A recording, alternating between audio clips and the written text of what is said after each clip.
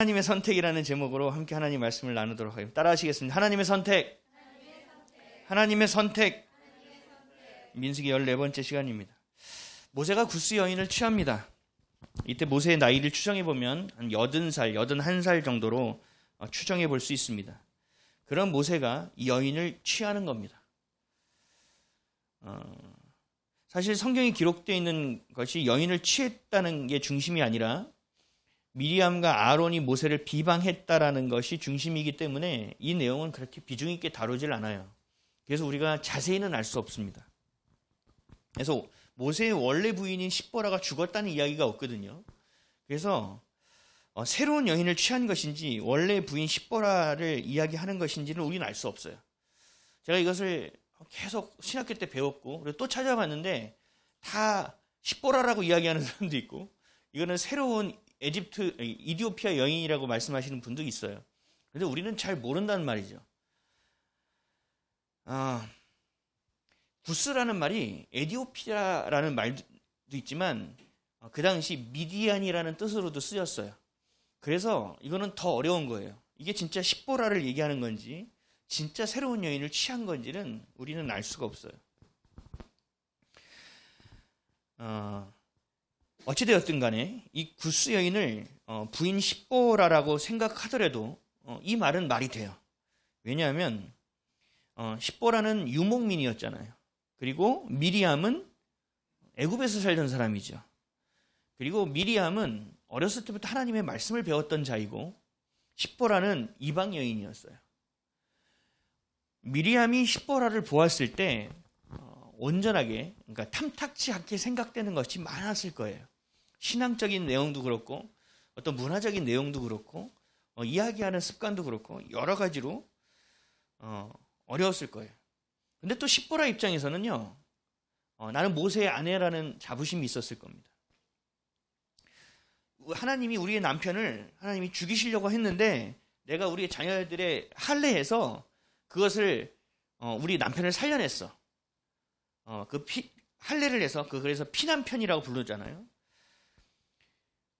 내가 그런 아내야 라는 어떤 자부심이 분명히 십보라에게는 있었을 것이고 또 미리암에게는요, 모세를 나일강에 이렇게 흘려보낼 때 끝까지 쫓아갔던 자가 미리암이었고 바로의 그 공주에게 엄마를 유모로 소개시켜준 자도 미리암이었죠. 그러니까 미리암도 내가 모세를 살린 자야. 내가 모세를 정말 부모처럼 내가 생명을 걸고 얘를 내 따라가서 내가 구한 자야, 누이야 라는 자부심이 있었을 거예요. 그러니까 둘 다 모세를 사랑하는데 그거에 대한 방향과 색과 결이 다르기 때문에 이들이 많이 부딪혔을 거예요. 서로의 성향도 거슬렸을 것이고 신앙의 수준도 거슬렸을 거예요. 서로가 거슬렸을 거예요. 실제로 후처를 드린 거라면 더 했겠죠. 그러니까 결국은 미리암과 아론도 같은 지도자잖아요. 미리암은 선지자라고 이따가 보겠지만 기록되어 있고 아론은 대제사장으로 기록되어 있고 모세는 전체를 인도하는 지도자로 기록되어 있어요. 이들이 미리암과 아론이 동역자로서 또 지도자로서 이 십보라뿐만 아니라 진짜 후처를 삼은 거라고 할지라도 어떤 것도 탐탁치 않게 생각했을 것이 분명하다는 거죠. 제가 말하는 건 비방할 이유가 된다는 거예요. 비방할 수 있다라는 거예요. 그래서 1절 말씀이에요. 다 같이 읽어볼까요? 시작. 모세가 구스 여자를 취하였더니 그 구스 여자를 취하였으므로 미리암과 아론이 모세를 비방하니.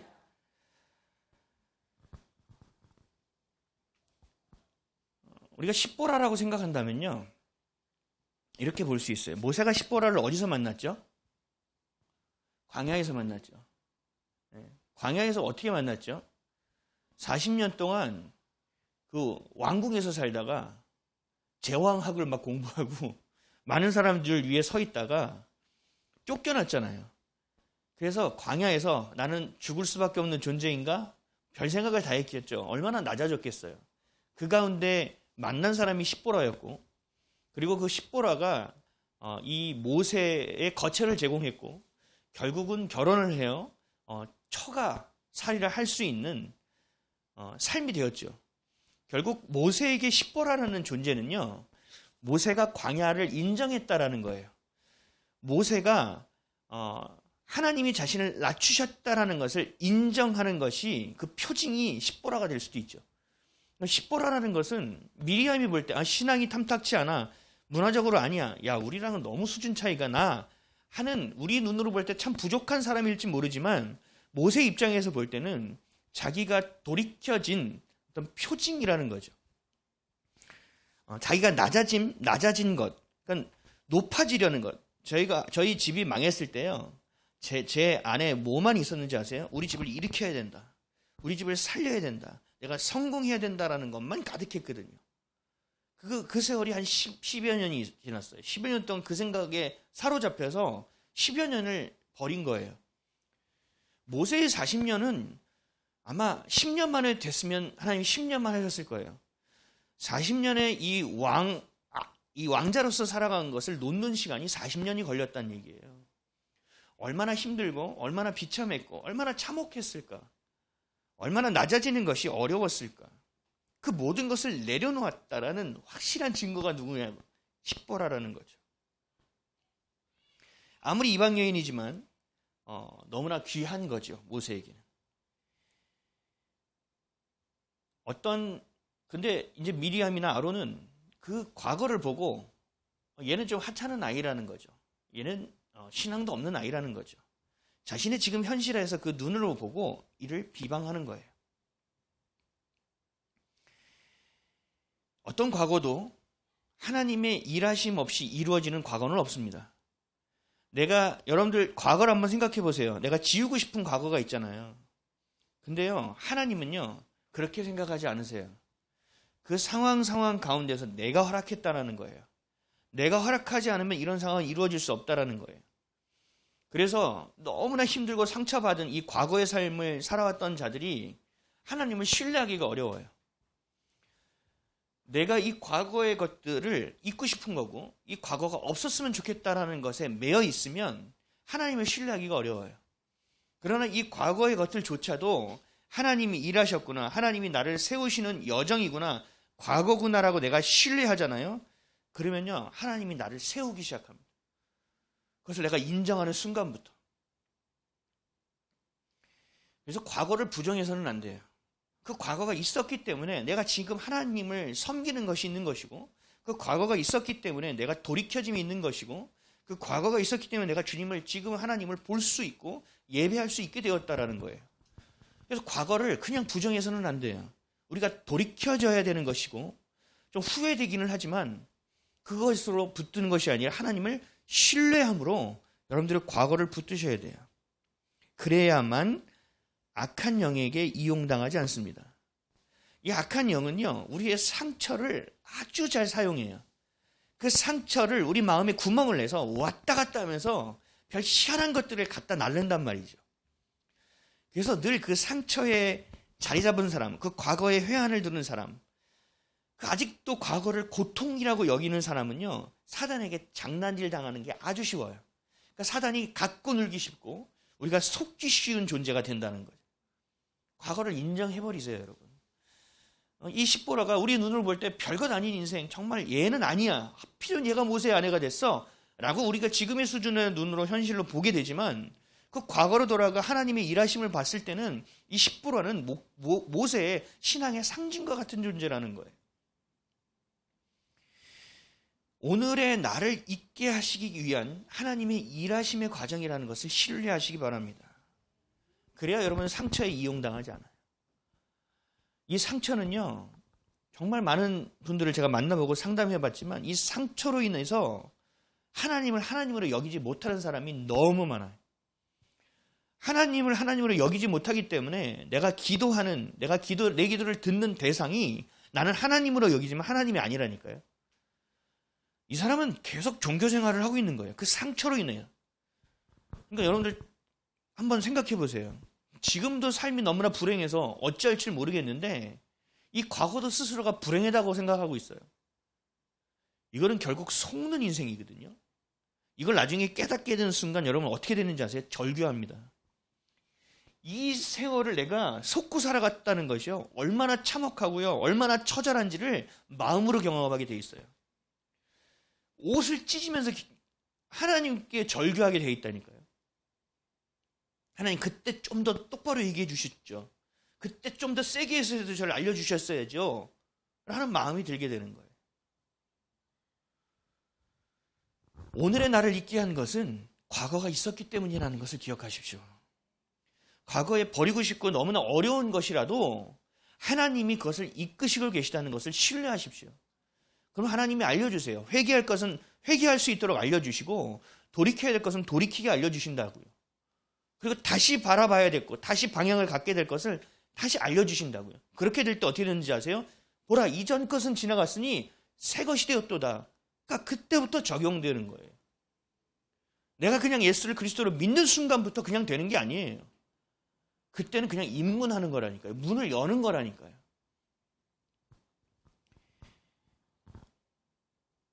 나의 모든 삶의 여정 가운데서 하나님이 함께 하셨다라는 것을 여러분 믿으시길 바랍니다. 이거 신뢰하시기를 주님의 이름으로 축원합니다. 그래야 속지 않을 수 있고, 그래야 이용당하지 않을 수 있고, 그래야 하나님을 더 신뢰할 수 있어요. 이건 굉장히 중요한 거예요. 2절 말씀 한번 읽어볼까요? 2절이요. 시작. 그들이 이르되 여호와께서 모세와만 말씀하셨느냐 우리와도 말씀하지 아니하셨느냐 하매 여호와께서 이 말을 들으셨더라. 하나님은 이 세 남매를 너무 귀하게 사용하고 계시죠. 아론은 대제사장, 모세는 민족의 지도자, 그리고 미리암은 선지자로 세웠어요. 그럼에도 아론과 미리암의 마음에는 불편한 것이 있었어요. 이게 핵심이에요. 사실 구스 여인을 취한 것 때문에 이들이 비방하는 것이 아니라 자신들의 지금까지의 마음 가운데 같은 지도자인데 왜 하나님이 모세만을 그렇게 특혜하느냐, 왜 모세만을 그렇게 특별하게 대하느냐에 대한 불만이 있는 거예요. 왜 뭐라고 말씀했어요? 여호와께서 모세와만 말했느냐, 나하고도 말하고 있다. 우리와도 말하고 있다. 모세에게만 표징을 줬느냐, 우리에게도 말하고 있다. 라고 이야기하는 거예요. 이게 이들이 말하고 있는 진심이에요. 속에 있는 말이라는 거죠. 비방하는 가장 중요한 이유예요. 그리고 모세를 가까운 데서 계속 봤겠죠. 아론과 미리암은. 그리고 모세가 두려운 순간 아론에게는 얘기했을 거예요. 아니면 얘기하지 않아도 아론은 느꼈을 거예요. 왜요? 아론은 모세에게 어떤 존재죠? 입에 혀와 같은 존재죠. 그래서 모세의 말을 아론이 대변했다니까요. 그러면 대변하는 자는 그 사람의 마음을 아는 자가 대변하고, 그래서 이해해서 대변하겠죠. 아론은 모세의 연약함을 아는 자라고요. 모세의 연약함을. 현실의 모세를 아는 거예요. 그래서 이 사람 부족한데 분명하다. 근데 왜 하나님은 모세만 지도자가 되게 하느냐? 왜 하나님은 모세만 이렇게 독대하느냐에 대한 반감을 갖고 있었다는 거예요. 근데 이것을 모세 앞에서 한 건 아니에요. 모세는 못 듣는 데서 했어요. 근데 누가 들었다고요? 2절 말씀 다시 한번 읽을게요. 시작. 그들이 이르되 여호와께서 모세와만 말씀하셨느냐 우리와도 말씀하지 아니하셨니 하매 여호와께서 이 말을 들으셨더라. 이게 무서운 거예요, 여러분. 우리 속담에 이런 말이 있죠. 어느 게 먼저지? 낱말은 새가 듣고 반말은 순서가 맞나요? 반말은 지금 우리의 선조들이요 엄청 지혜로운 것 같아요. 우리에게는 코람데오라는 게 있어요. 뭐예요? 하나님의 면전에서 우리가 무엇을 하든 우리가 어떤 생각을 하든 어떤 마음을 품든 누구는 안다고요? 우리의 마음을 감찰하시는 주님께서는 아신다라는 거예요. 그래서 우리를 보실 때 뭘로 보세요? 우리의 마음의 중심을 보시고 판단하신다고 말씀하시는 거예요. 근데 그 하나님이 이들의 말을 들었다라는 거예요. 여러분, 하나님이 선택하시면요 하나님이 개입하세요. 하나님이 일하시면요 하나님이 끝까지 가져가세요. 그래서 하나님은요 거기에 집중하시는 거예요. 하나님 거기에 관심을 갖고 계시다니까요. 아론도 대제사장으로서 잘 쓰임받았고 미리암도 선지자로 귀히 쓰임받았어요. 미리암은 쓰임받은 걸 잘 모르더라고요.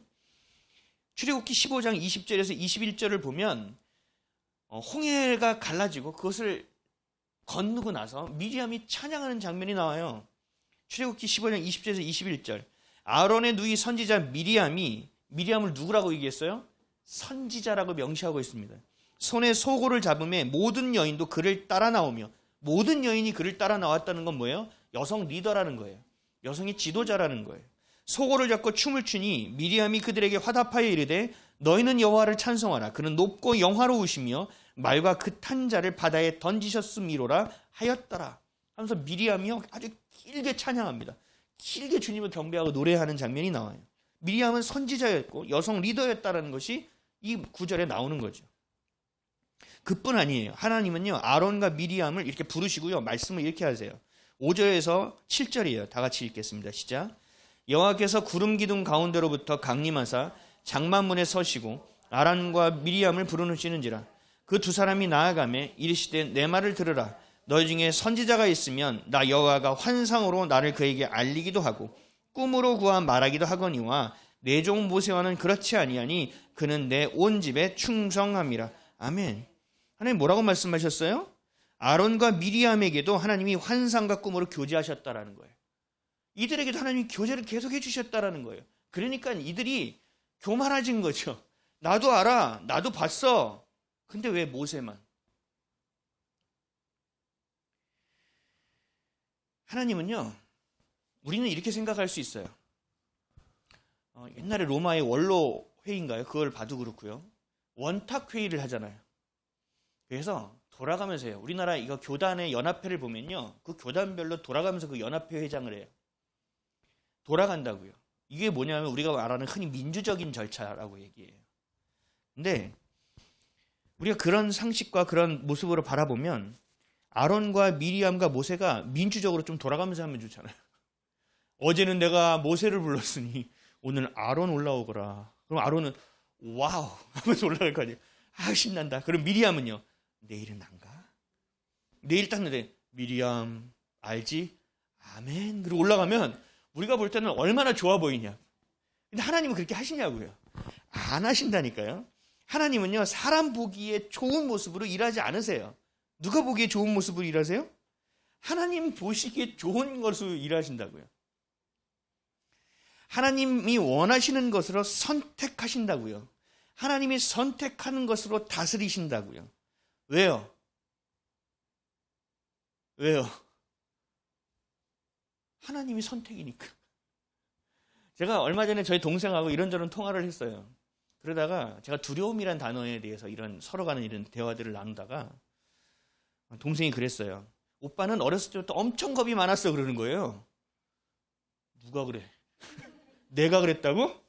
언제? 그랬더니 어머 오빠만 모르네 그러면서 얘기를 해주는 거예요. 오빠 별명이 뭐였어? 제 별명이 왕방울이었어요. 왠지 아세요? 눈이 너무 커가지고 왕방울이었어요. 그래서 가면 눈쿠나이라는 이야기도 많이 들었어요. 눈이 이만했어요. 그러면서 눈이 커서 겁이 얼마나 많았는지 몰라. 뭐가 얘기하면 없어져 있어. 보면 어디 가 있어. 그래서 제가 여러 가지가 맞춰졌어요. 아, 내가 겁이 많았나? 그래서 내가 내 인생에 회피하는 인생이 이렇게 많았나? 제 인생을 또 점검하게 됐어요.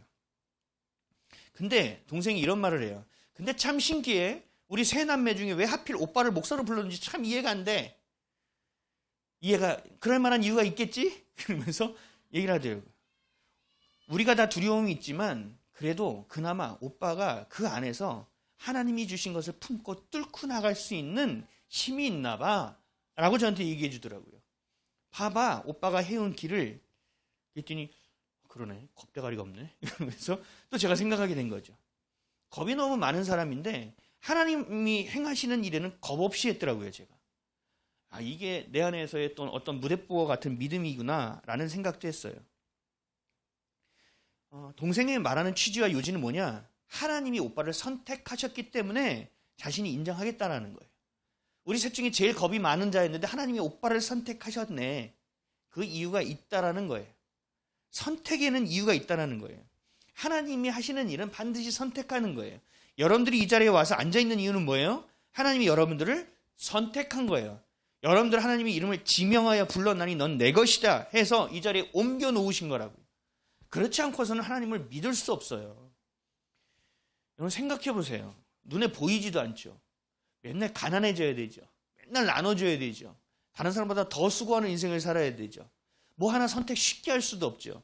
얼마나 어려워요? 이런 거 여러분 선택하시겠어요? 근데 선택이 됐다니까요. 여러분들이 선택한 것이 아니라 하나님이 여러분들을 선택한 것을 여러분들이 인정하고 붙든 거예요. 그러니까 이 자리에 앉아 있는 거거든요.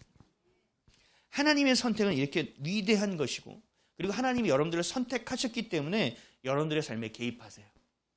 여러분들의 삶에 간섭하신다고요. 여러분들을 보호하시고 인도하신다고요. 잘못 가면 때로는 때리기도 해서라도 어떻게든 하나님이 원하시는 길로 이끄신다고요. 하나님이 원하시는 길은 뭐예요? 제멋대로 길이 아니죠. 옳은 길이라는 거죠. 살 수 있는 길이라는 거죠. 하나님이 쓰는 기준은 우리와 달라요. 하나님의 생각은 우리의 생각과 달라요. 하나님의 선택하시면 우리의 선택과 달라요. 우리가 생각할 때 민주적이고 좋은 것과 하나님이 원하시는 것은 달라요. 우리가 민주주의도 무조건적으로 신봉해서는 안 돼요. 그 사상 가운데 그나마 우리가 자유를 가지고 주님을 예배할 수 있게 하는 제도이기 때문에 우리가 좋다라고 얘기하는 것 뿐이에요. 하나님은요, 어떤 죄인을 통해서라도 하나님이 원하시는 일은 해내고야 마십니다. 어떤 부족한 자를 통해서도 하나님은 반드시 선택하시면 그 일을 행하고 마십니다. 이것이 바로 하나님이에요. 아론과 미리암은요, 사람을 봤어요. 하나님과 함께하고 있는 모세를 본 게 아니라 그냥 연약한 인간 모세를 봤다고요. 그러니까 어떻게 됐어요? 그의 부족한 것을 보고 그들도 모세와 같이 되려는 마음을 품죠. 하나님의 선택을 인정하는 게 아니라 왜? 하고 하나님께 나아간다는 거죠. 볼멘소리로. 하지만 모세는 이 억울하고 어려운 이 과거가 자기의 모든 것이 부정당하는 것 같은 아픔과 가장 가까운 측근, 이들이 돌아섬을 바라보며 슬펐겠지요. 근데 모세는 어떻게 했는지 아세요? 하나님을 향했습니다. 그래서 하나님이 모세를 귀하게 여기는 거예요. 3절이요. 시작. 이 사람 모세는 온유함이 지면의 모든 사람보다 더하더라. 아멘. 여러분, 온유함은 뭐예요? 우리 그냥 따뜻하고 부드러운 성품 정도로 생각하죠. 아니에요. 그건 아주 1차원적인 해석이에요. 온유함은요, 사람의 성품이 아니라 하나님의 성품이에요. 마태복음 11장 28절에서 29절에 이렇게 말씀하셨거든요. 예수님께서 수고하고 무거운 짐진 자들아 다 내게로 오라. 내가 너희를 쉬게 하리라. 나는 마음이 온유하고 겸손하니 나의 멍에를 메고 내게 배우라. 그리하면 너희 마음이 쉼을 얻으리니. 예수님이 내 마음은 온유하고 겸손하다고 말씀하셨어요. 이게 뭔지 아세요? 예수님은 성자 하나님이에요. 그렇죠? 오셔서 마음대로 하실 수도 있었어요. 근데 예수님이 늘 하셨던 건 뭐예요? 성부 하나님 아버지의 뜻을 물으셨다고요. 성부 아버지 하나님의 뜻을 찾으셨다고요. 그래서 날마다 한적한 곳에 가서 때마다 가서 기도하신 거예요. 아버지의 뜻을 물으려고. 이게 뭐예요? 온유함이라는 거예요. 이게 바로 겸손이에요. 하나님의 뜻을 구하는 거. 내 뜻을 접고 하나님의 뜻을 구하는 자가 온유한 자예요. 근데 누가 또 온유하다고요? 모세가 그랬다고 말씀하시는 거예요. 여러분, 우리 출애굽기 봤잖아요. 레위기도 보면 나와요. 모세에 대한 이 계속적으로 반복되는 게 뭐예요? 모세가 하나님이 말씀하신 그대로 행했더라. 이게요, 계속 반복돼요. 모세는요, 자기의 생각을 1도 넣지 않아요. 그러다가 한 번 넣었다가 땅에 못 들어가죠. 그만큼 하나님의 온유한 자, 하나님의 이 리더는요, 기준이 달라요. 하나님이 리더에 대한 그 책임은요, 엄격하게 물으세요.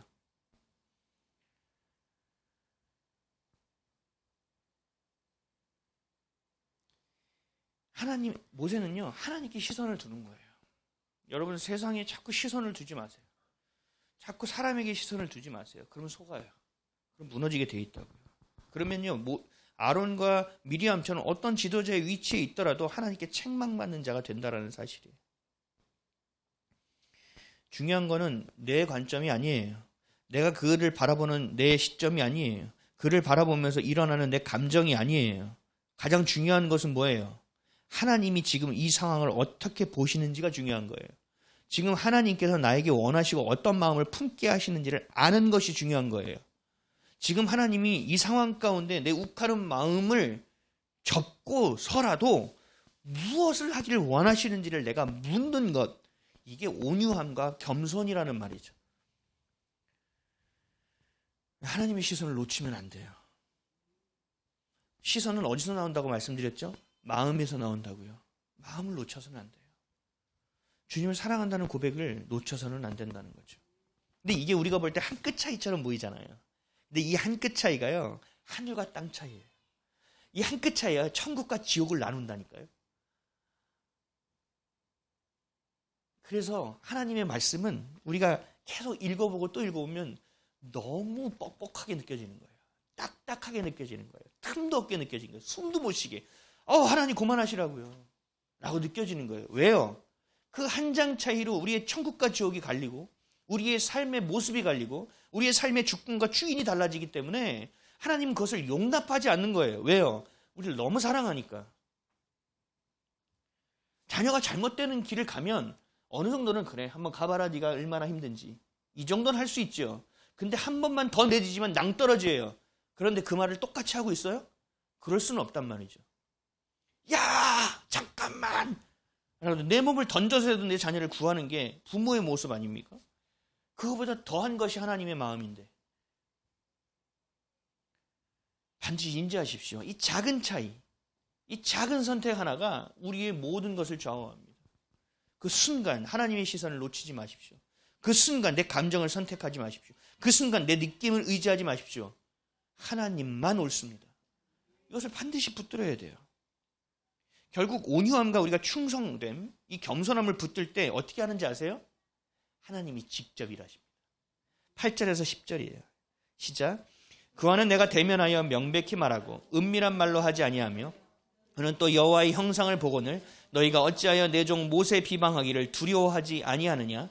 여호와께서 그들을 향하여 진노하시고 떠나심에 구름이 장막 위에서 떠나갔고 미리암은 나병에 걸려 눈과 같더라. 아론이 미리암을 본즉 나병에 걸렸는지라. 무섭죠. 하나님이 일하시면 이렇게 무서운 거예요. 어떤 사람이 나를 괴롭혔어요. 그럼 제가 어떻게 하라고 말씀드렸습니까? 하나님께 일내라고 그랬잖아요. 근데 제가 얘기한 게 아니고 성경에 그렇게 돼 있다니까요. 그럼 하나님이 어떻게 하신다고요? 그 머리 위에 숯불을 얹어 놓으신다고 말씀하셨죠? 숯불을 얹어 놓는 게 뭐예요? 확 타올라서 한 방 20기 이런 게 아니라고요. 두고두고 가만두지 않아. 네가 내 딸을 건드렸어? 네가 내 아들을 건드렸어? 이거 봐라. 하나님이 이러신다고요. 우리는 가끔 부모가 객관적이라는 것으로 인해서 막 엄마 내가 이래서 왔어. 그러면 왜? 그러면 맞을 짓 했네.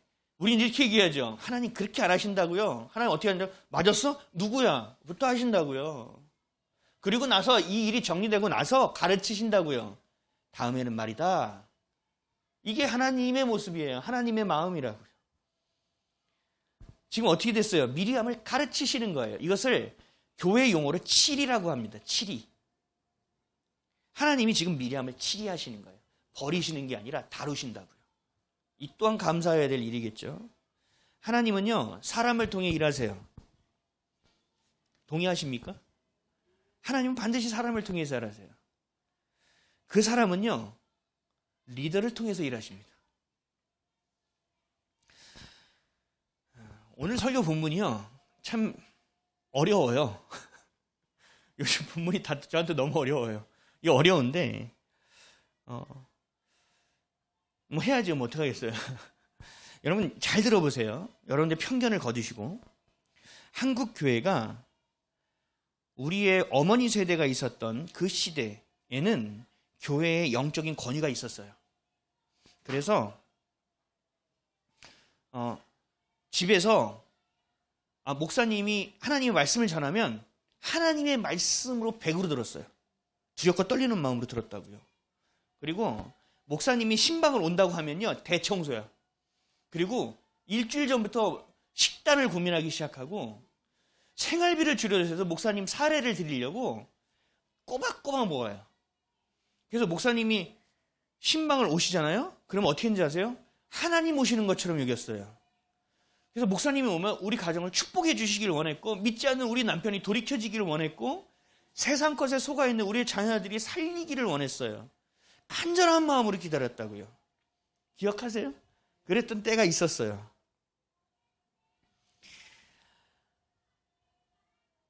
목사님이 설교단에서 말씀을 전하면요, 졸지를 못했어요. 그래서요, 요즘 애들은 졸 때 그냥 확 졸아요. 근데요, 저도 졸았었거든요. 근데 졸 때 어떻게 했는지 아세요? 졸다가 이러고 깼어요. 왠지 아세요? 두려우니까. 내가 하나님의 존전 앞에서 졸 수 없다라는 거거든요. 그런 두려움도 있었어요. 그만큼 교회에 영적인 권위가 있었어요. 저는 어머니가 신방 올 때 얼마나 우리 어머니가 듣고 계시나 호들갑을 떨었는지 목사님 오는 게 그렇게 불편했어요. 내 자유시간이 박탈되지, 또 다 치워야 되지, 뭘 또 준비해야 되지. 그리고 목사님 한 번 오시잖아요. 그 다음에 식단이요 계속 멸치야. 온 걸 다 퍼먹어가지고 그 다음부터 생활이 쪼들리는 거예요. 그 목사님 오는 게 전 너무 싫을 정도로 그렇게 어머니가 목사님을 대접하셨어요.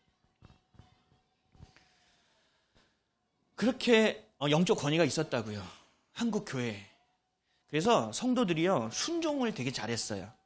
목사님을 섬기기도 하고, 여의도 순복음이 안 좋은 것도 많지만 좋은 것도 굉장히 많습니다. 여의도 순복음교회는요 성도가 목사를 섬길 줄 알아요. 김치를 담궈서요 목사님에 갖다 주고요, 집에서 뭐 하면요 갖다 줘서요 목회할 수 있도록 계속 도와요. 그러니까 목회를 할 수 있도록 동역자처럼 돕는다니까요. 그냥 있으니까 하나 줘야지, 가서 축복 한번 받아야지, 이 정도 수준이 아니었어요. 지금은 모르겠지만 옛날에 순복음은 그랬어요. 정말 사모하는 마음으로 그런 것을 했어요. 지금은요 영적 권위가 완전히 무너졌어요. 왜 무너졌냐?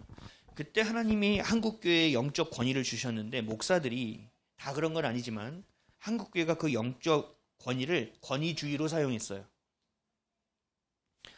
하나님을 보고 하나님께 순종할 수 있는 도구로 쓰지 않고 주의 종에게 복종하는 도구로 썼다고요. 하나님 주신 영적 권위를. 그래서 이제는 성도들이 학습되었어요. 이게 벌써 한 20년 이상 그렇게 되어버렸거든요. 성도들이 이제 학습되었어요. 어떻게 됐는지 아세요? 아, 주의 종이 말하는 게 틀릴 수 있구나. 이게 학습되어졌어요. 그리고 순종해도 결국 목사님들이 자신이 원하는 걸 쓰는구나. 저거 믿을 만한 존재가 안 되네. 결국은 나는 들러리가 됐네. 이용당했네. 팽당했네. 야, 목사 굉장히 조심해야 될 존재구나. 라고 인식이 바뀌기 시작했어요. 그것이 학습되어진 거예요. 그래서 어떻게 된지 아세요? 영적 권위가 완전히 깨졌어요.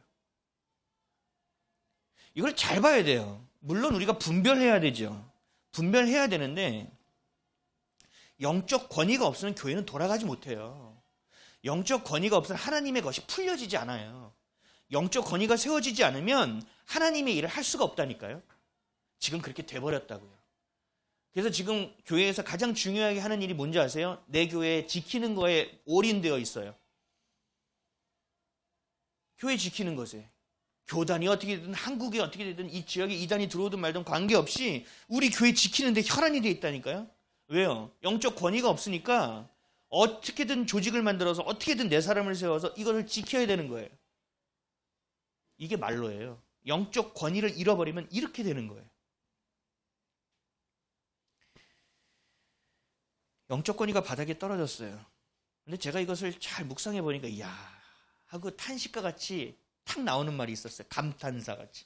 야, 사단 일 진짜 잘하는구나. 와, 진짜 전략적으로 일 잘한다.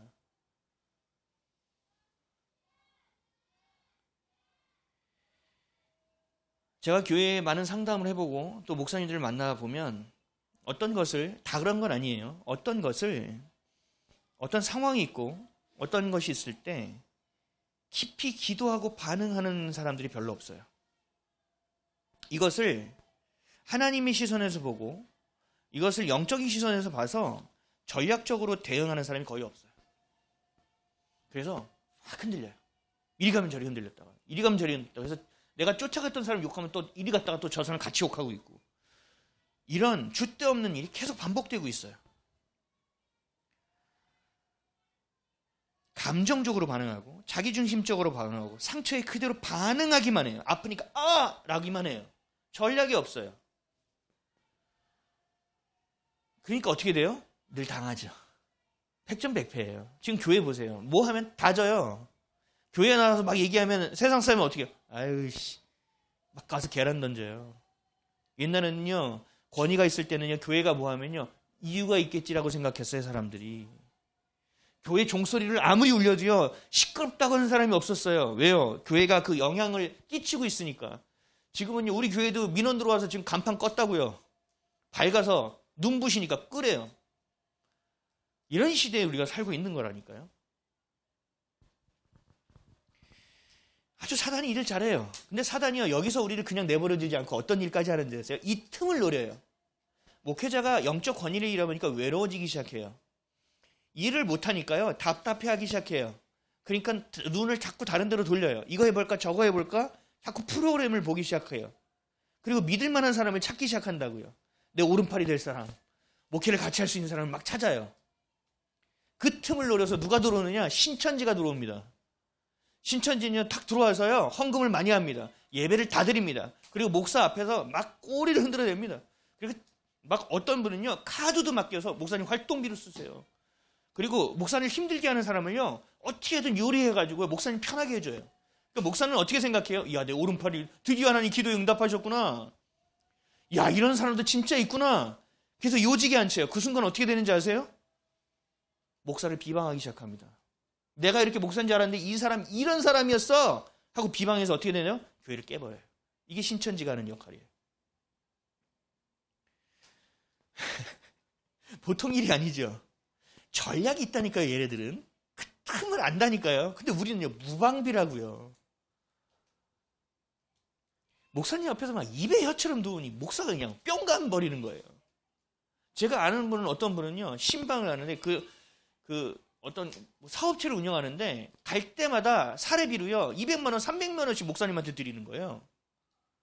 그리고 목사님 어디 간다, 어디 말씀 전하러 간다, 어디 회의 간다 그러면 자기 벤츠 갖다 줘가지고 기사 붙여가지고 목사님 막 다 태워다 나르는 거예요.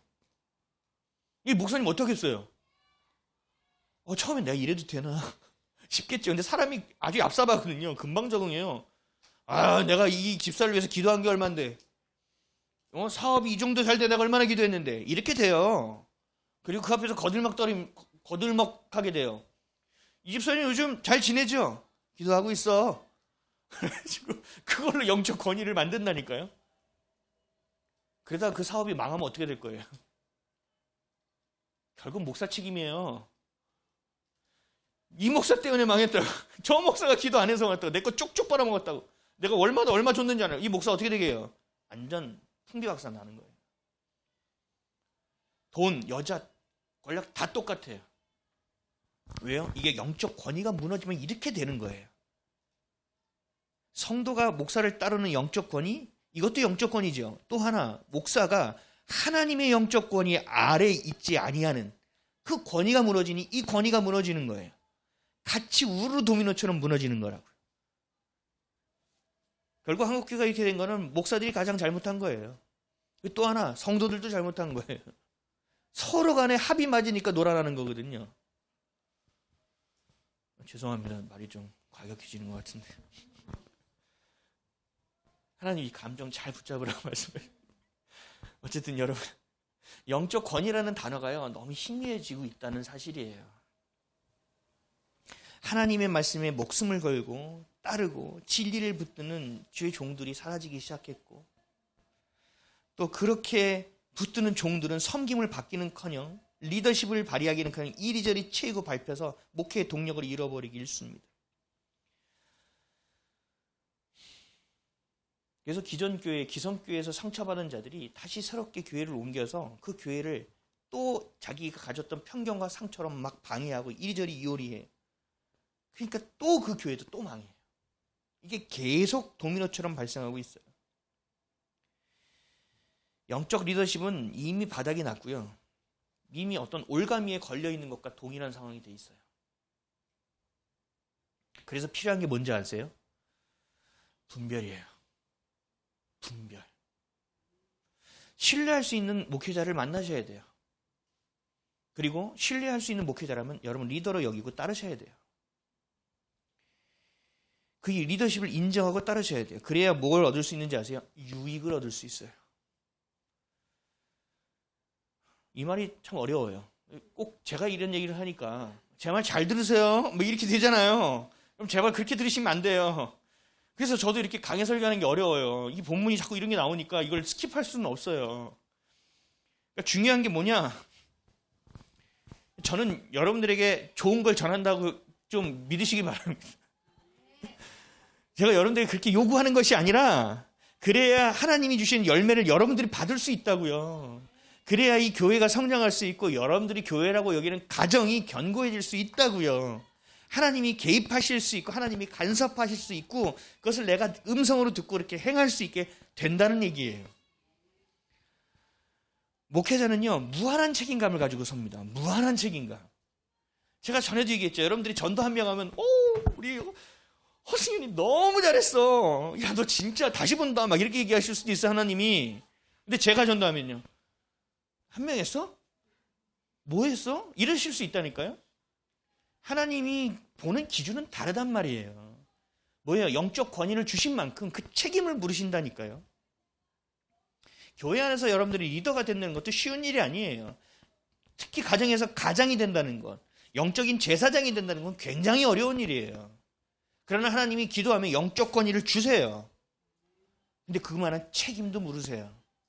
그렇기 때문에 그 권위를 갖기 위해서 그 권위를 하나님의 권위를 인정하는 우리의 영적 삶의 태도가 반드시 있어야 된다는 거예요. 그게 가장 대표적인 게 뭐예요? 기도잖아요. 그게 바로 예배잖아요. 히브리서 13장 17절에는 이렇게 말씀하십니다. 너희를 인도하는 자들에게 순종하고 복종하라. 그들은 너희 영혼을 위하여 경성하기를 자신들이 청산할 자인 것 같이 하느니라. 그들로 하여금 즐거움으로 이것을 하게 하고 근심으로 하게 하지 말라. 그렇지 않으면 너에게 유익이 없느니라. 아멘. 여러분 좀 어려워요. 다시 한번 들어보세요. 너희를 인도하는 자들에게 순종하고 복종하라. 그들은 너희 영혼을 위하여 경성하기를, 경성한다는 게 깨어있기를 자신들이 청산할 자인 것 같이 있느니라. 자신이 깨어 있어야 될 것 같이 성도를 위하여 깨어 있는 자라는 얘기예요. 그들로 하여금 즐거움으로 이것을 하게 하라. 성도를 위하여 기도하는 것을 즐겁게 할 수 있도록 도우라는 거예요. 근심으로 하게 하지 말라. 그렇지 않으면 너에게 유익이 없느니라. 어떤 교회에서는요, 목사들이 본을 보여야 된다고 하면서 교통 정리를 목사 전도가 다 합니다. 그리고 어떤 교회 가면요, 명찰을 딱 달고요, 딱 서 있어요. 그 구획 블럭별로. 그래서 성도가 하잖아요. 인사해요. 할렐루야. 이쪽에 앉으세요. 대박 서비스예요. 교통 정리하니까 사람들이 와, 이 교회는 목사들이 해? 저는 와, 섬김이네. 이렇게 생각해요. 착각이에요, 여러분. 우리가 눈에 볼 때 좋아 보이죠. 우리 눈에 볼 때 저들이 낮게 겸손하게 행해주는 것처럼 보이죠. 그래서 사람들이 멋진 교회라고 얘기하고 멋진 목회자라고 말해요. 하나는 알고 둘은 모르는 거예요. 목회자들이요, 똑같이 24시간이 주어져 있어요, 여러분. 우리라고 50시간 사는 게 아니에요. 똑같은 시간 가운데 성도를 위해서 기도하고요, 여러분들의 먹일 꼴을 준비하고요, 그리고 기도의 싸움을 해내고 있어요. 근데 가서 교통봉사를 하면 무슨 시간이 뺏기는 거예요? 오늘 성도들을 위해서 내가 오늘 짜장면을 하겠습니다. 물론 그게 나쁘다는 얘기가 아니에요. 지금 제가 말하는 건 우선순위를 얘기하는 거예요. 좋지요. 우리 목사님 짜장면, 와, 멋있어, 맛있어, 맛까지 좋아. 역시 섬김. 이렇게 할 수 있지. 저는 사실 그렇게 못하고. 그렇게 할 수 있죠. 근데 그 짜장하는 시간에 내가 성도를 위하여 기도하고 말씀을 먹일 꼴을 준비하고 내가 오늘 어떤 일을 위해서 내가 영적으로 버텨내는 일을 하는 시간을 빼앗긴다라는 거라니까요. 결국은 누구 손해인지 아세요? 성도 손해예요. 여러분 손해가 되는 거예요. 그러니까 뭐라고 말씀하셨어요? 그 일을 할 수 있도록 즐거움으로 이것을 하게끔 도우라는 거예요. 즐거움으로. 그래야 너에게 유익이 있다고 말씀하시는 거예요.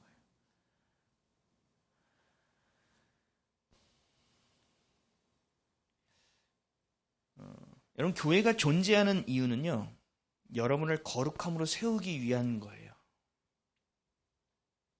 그리고 여러분들에게 거룩함으로 살아가길 하는데 이쪽이 오염되어 있으면 오염되어 있다라고 얘기해 줘야 돼요. 교회는. 세상의 미혹과 핍박에서 여러분들이 깨어 있을 수 있도록 계속 이야기해요. 오늘 피곤해서 죽을 거에서 좀 자면 일어나라 그래. 그게 교회라고요. 잘못된 것이 있는데 인지하지 못해. 그러면 계속 얘기하는 거예요. 이거 잘못했어요. 이거 잘못했어요. 아, 미치겠네. 이렇게 되는 거죠. 애들한테 여러분들 공부하라고 얘기하잖아요. 야, 습관을 고쳐야 돼. 일찍 자야 돼. 계속 얘기하잖아요. 근데 애들은 어떻게 해야 돼요? 알았어. 잘 때 되면 자지. 엄마 내 마음을 알아. 오늘 스케줄 알아. 이러잖아요. 교회는 죄와 대적하는 곳이에요. 죄와 대적한다니까요. 그래서 한 명이 영혼이도 어떻게든 깨워서 빛으로 밀어내는 거예요. 내가 밀면서 어둠으로 밀려나가더라도 그 사람을 빛으로 밀어주는 거예요. 이게 교회예요. 자신의 것을 내어버리게끔 도와주고 하나님의 것을 취할 수 있게끔 도와줍니다. 왜요? 열매 맺지 않으면 하나님 나라에 갈 수 없으니까. 어둠을 어둠이라고 말해야 돼요. 죄를 죄라고 얘기해 줘야 돼요. 이렇게 하려고 존재하는 것이 교회고 그 일을 하는 자가 목회자예요. 이해되세요? 파수꾼이라니까요. 이리가 오면 이리가 온다. 깨라 라고 얘기해 주는 게 목회자라고요. 이게 교회라고요. 아침에 일어나기 너무 싫어. 추운 데서 자서 오늘 새벽 기도는 절대 못 가겠어. 겨울에 새벽 기도 가기 더 힘든 거 아시죠? 나오기가 싫거든요. 이 따뜻한 이불에서. 근데 종이 울려. 아이씨, 저놈 소리. 어떤 날은 은혜롭게 들려. 어떤 날은 저놈 종소리. 하나님의 종소리는 변한 적이 없어요. 뭐가 변했어요? 그렇죠. 여러분 이거를 잘 인지하셔야 돼요. 제가 얼마 전에 건강검진을 받았거든요. 제가 요즘 건강검진을 2년째, 3년째 계속 의사 선생님이 저한테 기분 나쁜 말을 해요. 살을 빼셔야겠네. 살 찌고 싶어서 찌르시는 분 없어요. 나도 살 빼고 싶다고. 근데 살 빼야겠네. 좀 말을 예쁘게 하면 좋지. 참 건강 참 유의 많이 하시면 좋고요. 근데 제가 단 한 가지 얘기하고 싶은 게 있는데 체중이 조금 더 나가시네요. 이거 예쁘게 얘기하면 되겠죠. 체중이 나가는 거 여기 딱 보면 엄청 빼야 되는 거 나와요. 근데 조금만 빼면 되겠네. 그러면 내가 기분이 안 나쁘다고요. 그런가? 알겠습니다. 이러고 나온다고요. 근데 그렇게 얘기하면 내 귀에 들려요?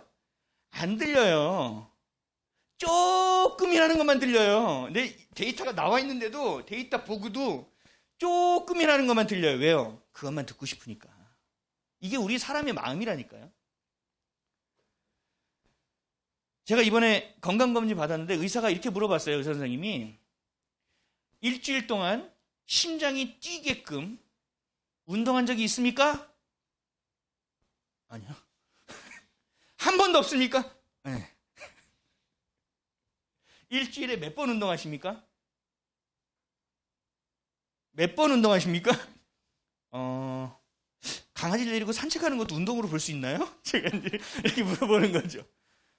그때에 따라 다를 수 있죠. 제가 한 5,000보 이상 걸으니까 그냥 매일 한다고 볼 수는 있을 것 같긴 한데.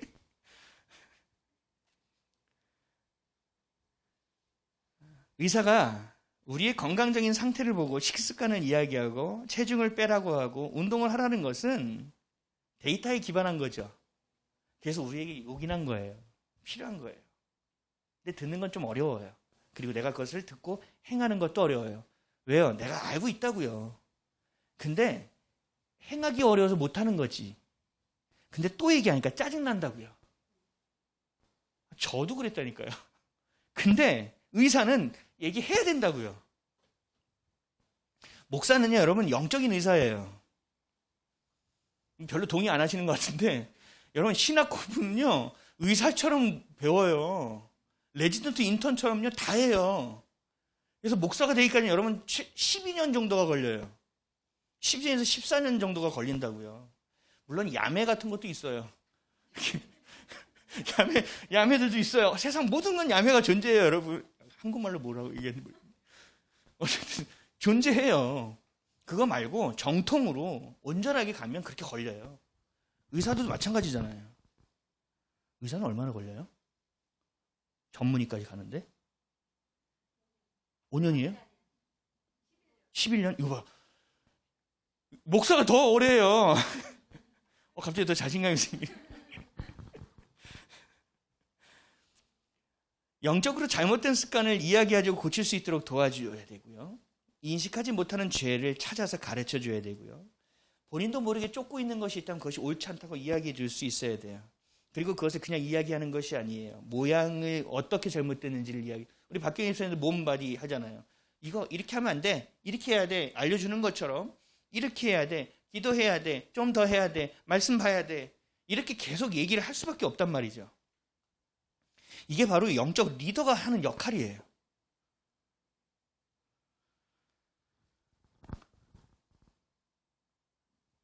근데 이 리더도 인간이란 말이죠. 아론이 옆에서 봤을 때 모세도 연약한 인간으로 보인 거예요. 미리암이 봤을 때도 똑같다니까요. 주의 종들도 인간이에요. 저는 인정하고 여러분들이 얘기하잖아요. 그러나 분명한 것은 이 교회 세움에 하나님께서 저를 리더로 이곳에 세우셨다는 사실이에요. 하나님이 저를 선택해서 여러분들의 리더로 세우셨다는 사실이에요. 그래서 교회 나오는 거 아니에요? 우리 교회가 예뻐서 나오는 건 아니잖아요. 우리 교회가 물을 되게 좋은 물을 줘서 나오는 건 아니잖아요. 우리 물 되게 좋은 거 먹는 거 알죠? 그래서 여러분 하나님이 주신 마음을 포기하지 않도록 여러분 계속 기도해 주셔야 돼요. 그리고 저만이 아니라 우리 이재훈 선생님도 마찬가지고 우리 교회뿐만 아니고 다른 교회 목사님들을 위해서도 여러분 계속 기도해 주셔야 돼요. 그들이 영적 권위를 잃어버리고 그들이 영적 권위를 세상의 어떤 것으로 차지를 하는 순간부터 교회는 변질되기 시작합니다. 우리가 옛날에 말하는 카리스마 리더십이라는 게 있었어요. 카리스마 리더십. 그러니까 대형교회가 세워질 수, 카리스마가 아니고는 대형교회가 설 수 없어요. 근데 지금의 우리가 봤을 때 그 당시에는 그렇게 해야만 세워질 수 있었지만 지금 우리가 봤을 때는 어때요? 모세가 여호사를 세웠던 것처럼 사람을 세워야 그것이 이어갈 수 있는 유산이 되어줄 수 있고 하나님이 주신 약속을 품고 다시 걸어낼 수 있잖아요. 하나님이 주신 것들을 사용할 수 있잖아요. 사람을 키우는데 소홀했다고요. 카리스마 리더십을 하면서. 그러니까 누군가가 나보다 좀 더 큰 사람이 있으면 어떻게 돼요? 제거해야 되잖아요. 누군가가 나보다 좀 더 칭송받는 것 같으면 어떻게 돼요? 멀리 좌천시켜야 되잖아요. 다음 인물이 나올 수가 없는 거예요. 그래서 지금 또 이렇게 된 거라고요. 영적 권위는요, 사람이 해서는 안 돼요. 하나님이 주신 것이 되어져야 돼요. 그리고 그 영적 권위에 여러분들이 순종하시고 옆에서 기도하시고 옆에서 도와주셔서 하나님이 주신 그 하나님의 계획들을 잘 공유해서 아름답게 이어갈 수 있도록 도와주셔야 된다고요. 그렇지 않으면 안 돼요. 저가 바보 같아서 이것에 그냥 만족하고 있는지 아세요? 아니에요. 저도요, 영향력을 끼치는 목사가 되고 싶어요. 그리고 세상에요, 옳은 소리를 막 하고 싶어요. 좀 더 막 전도해서요, 성도들이 막 앉아서 저도 막 아멘 소리도 크게 듣고 싶기도 하고요. 더 많은 사람들을 더 살리고 싶기도 해요. 근데 그거보다 더 중요한 게 뭔지 아세요? 기초예요, 기초. 지금 여러분들이 지금 있으신 분들이 정말 주님의 기쁜 사랑을 경험하셔서 살아나야 돼요. 씨름해야 될 것들을 맞닥뜨려서 용기 있게 씨름해 주셔야 돼요. 그럴 때 누군가가 들어올 때 그 사람을 품고 받아들이고 세울 수 있는 여력이 생기지 계속 와봐야 염소만 들어와요. 염소만 양상하는 교회는 필요가 없어요. 여러분 기도로 섬겨주시기를 부탁드립니다. 주님께서 여러분 앞에 세우신 저뿐만 아니라 주의 종들이 주님의 말씀을 소신껏 주님의 말씀으로 소신껏 사역할 수 있도록 기도로 도와주시기를 부탁드립니다. 여러분이 상상할 수 없는 영적 전쟁을 하고 있다는 건 기억하셨으면 좋겠어요. 여러분들이 보고 있는 것이 전부가 아니에요. 영적 리더는요, 여러분들이 보지 못하는 영적 싸움을 하고 있어요. 그리고 저 자신에게 주어진 영적 싸움도 하고 있어요. 그리고 여러분에게 주어진 영적 전쟁도 같이 참여해서 하고 있어요. 수많은 영적 전쟁이 끊이지 않아요. 여러분, 그런 영적 수고를 좀 귀하게 여겨주셨으면 좋겠습니다. 그리고 함께 세워져 가는 하나님 보시기에 아름다운 공동체, 세상이 보기에 견고하고 따르고 싶은 공동체를 이루는 저 여러분 되시기를 예수 그리스도의 이름으로 축원드립니다. 아론과 미리암은 결국 뭐 한 거예요? 모세를 비방한 거예요. 어떤 내용이든 간에 그 과정과 내용과 관계없이 결국 그냥 비방한 거예요. 백성들이 하나님을 원망했죠. 하나님 불평했죠. 이 비방은 동일한 겁니다. 영적 리더를 향하여 불평한 거고요. 영적 리더를 원망한 거예요. 그것이 하나님을 향했던 것이 영적 리더로 향했던 것만 다른 거예요. 모세는요, 백성들이 모세를 비방해요. 그리고요, 측근에 있는 아론과 미리암도 비방해요. 여러분, 모세의 심정을 아시겠어요? 모세는 하나님의 마음을 조금은 헤아렸을 거예요. 그러니까 모세의 마음은 더 힘들었겠죠.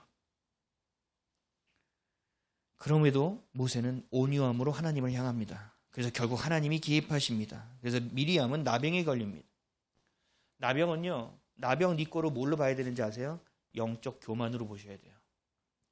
나병은요, 영적 교만을 하나님이 심판하실 때 사용하십니다.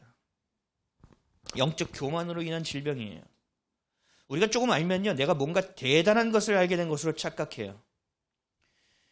우리가 영적인 성장이 그래요. 내가 조금 성장해서 내가 여기서 지지부진하다가 내가 좀 뭔가 알았어. 내가 하나님께 기도하가 하나님 응답하셨어. 내가 좀 하다가 하나님 꿈이 보여주셨어. 미리암과 아론에게 주셨던 것처럼. 그러면 이것이 내가 뭔가 되게 된 것처럼 여겨져요. 나도 볼 수 있구나. 나도 할 수 있구나. 나도 하나님 앞에 그냥 독대할 수 있구나. 물론 독대할 수 있죠. 근데 이것이 어디까지 번져가는지 아세요? 영적 리더를 무시하는 상황으로 간다는 거예요. 이게 뭐예요? 영적 교만이라는 겁니다. 내가 이전보다 깊어졌어. 어제보다 깊어졌어. 그럼 내가 되게 깊어진 걸로 착각해요. 특히 청소년, 청년들이 더하죠. 못 좀 알면 내가 다 하는 것처럼 얘기하죠. 그렇지 않아요. 우리 영적인 나이가 어리면요, 그렇게 해요. 내가 조금 알면 다 아는 것 같이 여겨져요. 내가 조금 깊어지면 내가 굉장히 깊어진 걸로 착각해요.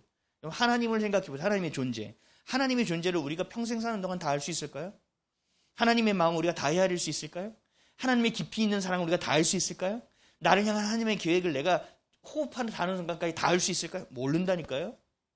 알고요, 또 알고요, 또 알고요, 또 하는 거예요. 깊어지고요, 깊어지고요, 깊어지고 또 깊어지는 거예요. 저도 요즘 새로운 하나님을 경험하고 있어서요, 제가 아주 그냥 낮아지고 있어요. 그리고 지금도 제가 우리 토요반은 제가 이렇게 고백했지만, 제가 지금도 어디 가서 세미나 가면요, 성경을 거침없이 전했던 사람이에요. 오픈 질문 다 받았어요, 저는. 같이 갔던 목사님, 목사님 그렇게 하지 마세요. 미리 질문을 받아서 우리 고고해서 받아들이고 대답할 수 있는 것만 합시다. 그럼 제가 그랬어요. 뭐예요 이게? 도로운 거 아니에요? 그냥 받아요. 제가 알아서 할게요. 이 정도로 교만 떨었다니까요, 제가. 근데 지금 제가 하나님을 조금 더 알아가고 좀 더 알아가니까 못하겠어요. 이거 못하겠어요. 영적 교만은요, 나도 모르게 생기는 거예요. 하나님을 향하여 내가 무릎 꿇는 것을 순간 놓치거나, 내가 순간 선택을 하나님의 중심이 아니라 나의 것을 선택하는 그 작은 틈을 타고 우리의 교만이 흥왕하여지는 거예요. 그래서 하나님이 뭐라고 하셨어요? 틈을 내어주지 말라고 말씀하신 거예요. 깨어있으라고 말씀하신 거예요. 대적하라고 말씀하신 거예요. 두세 사람이 협력하여 계속 기도하라는 거예요. 삼겹줄은 끊어지지 않으니까. 너 혼자 안 되면 일어나. 네가 많이 넘어졌는데 널 일으킬 동무가 없어. 너 이게 얼마나 불행한 건지 알아? 라고 말씀하시는 거라고요. 그래서 공동체가 매우 중요해요. 내가 교만한지도 모르면 누군가가 가르쳐 줄 수 있거든요. 내가 우울에 빠졌는지 몰라. 우울함을 누군가 가르쳐 주거든요. 내가 뭔지를 모르는데 어떻게 걸려 있어. 근데 나는 괜찮은 줄 알고 있어. 자신감 잘 못 봐요. 그러면 옆에서 알려줄 수 있다는 거예요. 이게 공동체의 참된 유익이에요. 근데 이거 말하면 좀 내가 없어 보이는 것 같고 이거 말하면 내가 조금 그래 보이는 것 같으니까 말을 안 해요. 드러나는 것이 없죠. 그럼 어떻게 돼요? 나아지는 건 없어요. 나의 부족함을 드러내고 나의 연약함을 드러낼 때 하나님이 개입하고 일하시고 공동체가 같이 기도해서 하나님의 개입하심을 이뤄낸다는 거예요. 이거 우습게 보시면 안 돼요. 공동체가 그래서 중요한 거예요.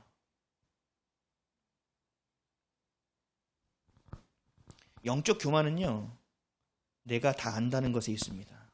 내가 혼자 할 수 있다는 것에 있습니다. 내가 아무리 옳다고 여겨도, 지금까지 그렇게 옳다고 여기면 살아왔더라도 하나님이 옳지 않다라고 얘기하면 어떻게 해야 돼요? 옳지 않은 거예요. 내가 진심으로 예배하고 있어요. 내가 진심으로 하나님을 섬기고 있어요. 근데 하나님 어느 날 말씀하시는 거예요. 너 왜 나한테 예배 안 해? 주님, 제가 주님을 향해 예배하고 있는데요? 아니, 나 지금까지 너한테 예배 받은 적이 없는데? 그럼 어떻게 할 거예요? 예배 드리지 않은 거라니까요.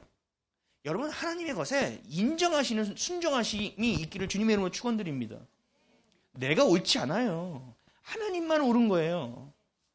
근데 우리는요, 삶에서요, 그 상처와 여러 가지 경험과 안에서 내가 뭘 하면 옳다는 것이 딱 정리되는 게 있다니까요. 이것을요, 사단은요, 무기로 사용합니다. 아, 이 정도까지는 괜찮지. 누가 괜찮다고 얘기한 거예요? 상식적으로. 그 상식은 어디서 나온 거예요? 많은 사람들이. 그 많은 사람들은 누구예요? 하나님으로부터 나온 것만 옳다고 여기셔야 돼요, 여러분. 그래서 민주주의를 굉장히 경계해야 되는 거예요. 다수결 원칙이잖아요. 하나님만이 옳습니다. 하나님만을 따르십시오. 하나님 말씀을 주면 그냥 엎드리세요. 그냥 하나님이 말씀 주면 그렇다고 그냥 여겨버리고 그냥 다 지워버리세요. 이렇게 안 하면 속는다니까요. 여러분, 저조차도요, 하나님 앞에 뻗팅겼어요. 아니거든요, 하나님. 하나님이 잘못하신 거거든요. 하나님 그렇게 여기시면 곤란하죠. 계속 그렇게 뻗팅기다가요, 하나님이 침묵하세요. 그러면 제가 졌어요. 제가 졌어요. 수긍이 안 되죠. 졌어요.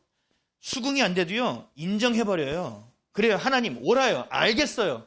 내가 아직도 내 마음에 동하진 않지만 그래요, 주님이 옳아요. 알았어요. 그렇게 갈게요. 그렇게 가다 보면 어떻게 되는지 아세요? 맞춰져요. 제 마음도 동하기 시작하고. 내 마음이 동하면 죽게 가야지. 내가 어떻게 하면 죽게 가야지. 내가 담배 끊으면 죽게 가야지. 술 끊으면 죽게 가야지. 평생 못 갑니다. 내가 좀 나아지면 전도해야지. 내가 좀 괜찮으면 전도해야지. 평생 전도 못합니다. 여러분 안에 계신 성령을 신뢰하십시오. 그분이 일하셔야 돼요. 그분이 일해야지 우리가 숨쉬고 살 수 있어요. 그분이 일해야 우리가 세상을 사랑하지 않고 예수님만 사랑할 수 있다니까요. 제가 가끔 드라마 같은 거나 이런 책이나 어떤 뉴스들을 보면 제가 경험하지 못한 세상을 참 많이 보게 돼요. 그러면 저도 모르게 동경하는 생각이 들어요. 야, 저거 한번 해봤으면 좋겠다. 저거 한번 먹어봤으면 좋겠다. 저기 한번 가봤으면 좋겠다. 저거 한번 타봤으면 좋겠다. 저거 우리 집에 한번 갖다 놔봤으면 좋겠다. 이런 생각 저도 해요. 사람이니까. 그러면서 제 안에 어떤 감사가 있는지 아세요? 맛보지 않게 하는 걸 주님 감사합니다. 내가 그것을 맛보는 순간부터 더 동경하게 되고요. 더 내 마음이 끌려가게 돼 있거든요. 이게 죄성이에요. 죄는요, 한번 내가 경험하잖아요. 끝까지 날 괴롭힙니다. 그 상처 주님께 신뢰하고 인정하지 않잖아요. 죽을 때까지 그 상처가 나를 괴롭힙니다. 이것을 끊어내야 되고 분리해내야 된다는 거예요. 뭘로요? 하나님의 말씀으로, 성령의 일하심으로, 하나님의 진리가 옳다는 나의 결단으로 끊어내야 된다는 거예요. 안 되지, 근데. 어렵죠. 그래서 씨름해야 돼요. 주님 앞에서. 그리고 공동체에다가 얘기해야 돼요. 기도해달라고. 도와달라고. 성령께 좀 도와달라고. 간절히 기도하게 되어야 되는 거예요. 마음이 가난한 심령이 되는 거예요. 판단은요, 누가 해요? 하나님만이 하세요. 판단은 내가 하지 않습니다. 판단하는 것은 교만하다는 증거예요. 교만이 아닌 겸손함으로 낮게 엎드려 두려움으로 하나님 앞에 나아가는 저와 여러분 되시기를 주님의 이름으로 축원드립니다. 아론은요, 아론의 성향을 보면요, 좀 약간 얍실한 느낌이 있어요. 아론은요, 좀 약간 심지가 굳은 자가 아니야. 그래서 여기서 막 이러면 정말 우리 귀가 얇다고 하죠. 정말 이런 자가요 이스라엘 초대 대제사장이에요, 여러분. 근데 우리는 그 연약함을 봅니까? 아니죠. 그를 임명하신 하나님을 보는 거예요. 아멘이십니까? 아론은요 금송아지 이 사건 모세를 뭔가 배반하려고 했잖아요. 그러니까 어떻게 지가 더 치고 나가서 그래 내가 해줄게. 야 모세한테 반기를 들면 안 돼. 이러고 자기가 막 가서 주동은 안 해요 늘. 이번에도 보세요. 미리암과 아론이요. 이거 누가 주동인지 아세요? 미리암이 주동했어요. 아론은요 뒤에 따라갔다고요. 동조했다고요. 하여튼 근데 하나님 연약함을 보지 맙시다. 연약하잖아요. 근데 또 아론의 가장 좋은 특징이 뭔지 아세요? 회개가 빨라요. 화살처럼 빨라요. 빛처럼. 우리 11절부터 16절까지 한번 11절부터 14절까지 한번 읽겠습니다. 시작. 아론이 이에 모세에게 이르되 슬프도다 내 주여 우리가 어리석은 일을 하여 죄를 지었으나 청하건대 그 벌을 우리에게 돌리지 마소서. 그가 살이 반이나 썩어 모태로부터 죽어서 나온 자 같이 되지 않게 하옵소서. 부르짖어 이르되 하나님이 원하건대 그를 고쳐 주옵소서. 여호와께서 모세에게 이르시되 그가 아버지가 그의 얼굴에 침을 뱉었을지라도 그가 이랫동안 부끄러워하지 아니하겠느냐. 그런데 그를 진영 밖으로 이랫동안 가두고 그 후에 들어오게 할지니라 하시니. 아멘. 미리암이 나병에 걸린 순간 아론은 뭐였어요? 회개한다. 여러분 이것도 굉장히 귀해요. 이것도요 영적 감각이 있어야 돼요, 여러분. 딱 듣는데 하다가 죽어요. 하는 순간 주님 이렇게 된다고. 아론은요 이거 정말 탁월했어요. 그래? 정말? 이렇게 됐어요. 근데 이게 세상으로 쓰이면 어떻게 돼요? 정말 이렇게 되죠. 근데 하나님께 쓰이면요 헛 해서 기합을 갖고 주님 앞에 회개하며 나아가는 자가 되잖아요. 놀랍지 않으세요? 우리의 연약함이 주님께 붙들리면요 아주 민감하게 주님께 사용될 수 있다니까요. 15절 16절 한번 읽겠습니다. 시작. 이에 미리암이 진영 밖에 이랫동안 갇혀 있었고 백성은 그를 다시 들어오게 하기까지 행진하지 아니하다가 그의 백성이 하세로를 떠나 바란 광야에 진을 치니라. 아멘. 이 아론과 미리암의 비방 사건으로 인하여요 200만 명이 넘는 이스라엘 백성이 광야에서 일주일 동안 묶입니다. 여러분 여기 집중해서 보셔야 돼요. 행군한 지 3일밖에 안 됐어요. 근데 일주일을 묶인다니까요. 한 곳에서. 미리암이 진 밖에 나갔으니 그 나병이 돌아 이래 하나님 말씀하신 이래가 되어 진 영으로 다시 들어올 때까지 이들은 움직이지 않았다고. 못했다고. 여러분 공동체성에 대한 책임감을 가지셔야 돼요. 나 하나로 인하여 오늘의 예배가 하나님께 드려지지 못할 수도 있어요. 나 하나로 인하여 오늘의 예배가 흠이 되어 주님께서 받지 않는 예배가 될 수도 있어요. 우리 가정에서 나로 인하여 우리의 자녀가 축복을 받지 못할 수도 있어요. 섬뜩하지 않으세요? 하나님이 거기 책임을 물으신다고요. 그래서 200만이 넘는 사람들 그냥 묶어놓으시는 거예요. 이게 죄의 결과예요. 하나님의 계획도 차질되고 모든 사람들도 힘들고 어렵고. 여기 200만 명이 여러분 상상이 안 되시죠? 그냥 수원 인구 정도 그 모든 인구가 수원 옆만 가도 난리거든요.